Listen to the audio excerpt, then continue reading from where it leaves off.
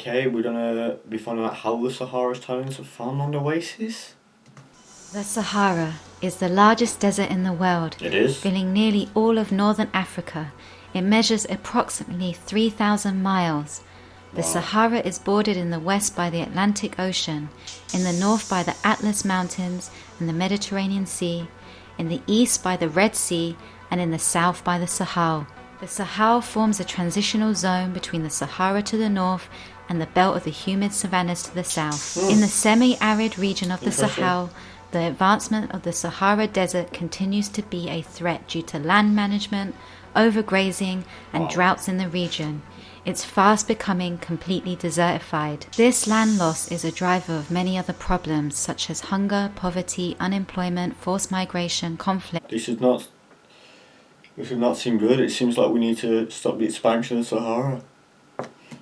As well as an increased risk of extreme weather events. However, the country Niger in the African Sahara region has been making some astonishing agricultural developments, turning large areas suffering from desertification into agricultural fields. In Niger, 5 million hectares of land with over 200 million trees have been restored, with 2.5 million people benefiting from the improved use of land.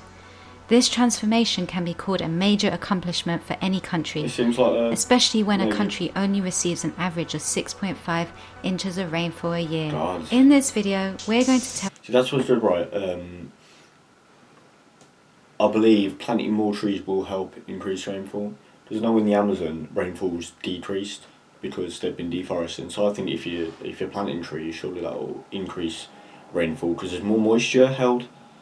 Right, and when the moisture is held, then it can evaporate and it increases rainfall. How and why Niger is turning its deserts into huge farmlands. So stick with us and let's dive into today's video. Let's dive in. Niger, which is officially a republic, is a landlocked country in West Africa named after the Niger River. Over 80% of its land area lies in the Sahara Desert. Those trying to grow crops in the Sahel region are often faced with poor soil, erratic rainfall, and long periods of drought. Farmers faced significant tree losses in the 1970s and 80s as a result of drought, the expansion of cropland, and human pressure. Because few trees remained on the fields, farmers often witnessed their newly planted crops being destroyed by the wind erosion. Africa is currently losing 4 million hectares of forest every year for this reason, yet has more than 700 million hectares of degraded land viable for restoration. By bringing degraded land back to life, farmers do not have to clear additional forest land to turn it into cropland for Africa's rising population and growing food demands. Restoring degraded land back to productive good health is a huge opportunity for Africa. It brings big social and economic benefits to rural farming communities. It helps combat climate change and brings technology to enhance traditional knowledge. So this is good, right? Because as well with this helps drive the local economy as well. So it's building more money for Africa. It's making it a nicer place to live. I don't think the standards of living are that good in Niger. So something like this definitely can help. One of the main regenerative initiatives, which is restoring 5 million hectares of land in Niger, is Farm Managed Natural Regeneration, known as FMNR. FMNR is a low-cost land restoration technique used to combat poverty and hunger amongst the poor subsistence farmers by increasing food and timber production and resilience to climate extremes. FMNR increases the productivity and resilience of crop fields and pasture lands in the challenging growing conditions of Africa's Sahel. It is a technology that has proven amongst the most transformative of all. FMNR started in 1983 in Niger, pioneered by Tony Ronaldo, an Australian agronomist, who is widely known as the forest maker. Having lived and worked in African countries for several decades, he has discovered and put into practice a solution to the extreme deforestation and desertification of the Sahel region. FMNR is a form of coppicing and pollarding, drawing on traditional practices and sensitive to the local variations. By choosing the right plants and pruning and protecting them in a certain way, farmers can help them grow into trees. With a simple set of management practices, farmers can regenerate and protect existing local vegetation, which has helped to improve the livelihoods of millions. Growing trees and forests in a sustainable way can restore degraded lands, build resilience, and help people and societies adapt to climate change. Protecting and Fantastic, enhancing man. forests are also an essential way to combating climate change. Oh my A God. forest can absorb about 2 billion tons of carbon dioxide annually. FMNR Jeez. technique is hugely successful compared to tree planting schemes, which have a notoriously low success rate. Yeah. Scarcely 10% of seedlings survive the heat and dust storms of Niger, Gosh. and the surviving Steady, ones isn't would it? be eaten by goats or cut down by people for firewood. Success came when Tony Ronaldo noticed that the millions of small bushes in the savannah were actually stumps of trees growing back. The shoots from the new Ooh. stumps just needed to be managed, pruned, and cared for in order to grow into a tree. This guy seems like a genius, man. You seem... God. What a guy. God. This is when Tony Ronaldo developed the concept of farmer-managed natural regeneration, FMNR, a very simple set of actions that farmers can take to regreen their land. First, farmers survey the land and choose among the existing local species the right ones to regenerate. Second, farmers select the few stems that they want to grow, while cutting the rest to be used as fodder, mulch, or similar. Then the selected stems are pruned to halfway of the trunk. Finally, the farmer marks the regrowing trees and protects them. The process is repeated every 2 to 6 months.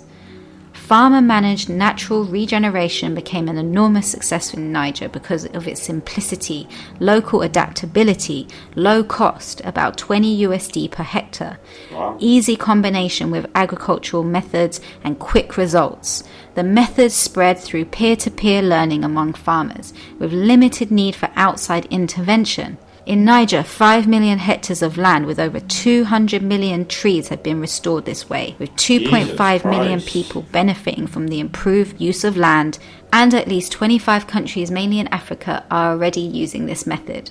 Oh my What God. makes FMNR so important is the fact that it's using these natural techniques to solve agricultural issues, instead of Yeah. favouring more quick alternatives that use harmful chemicals.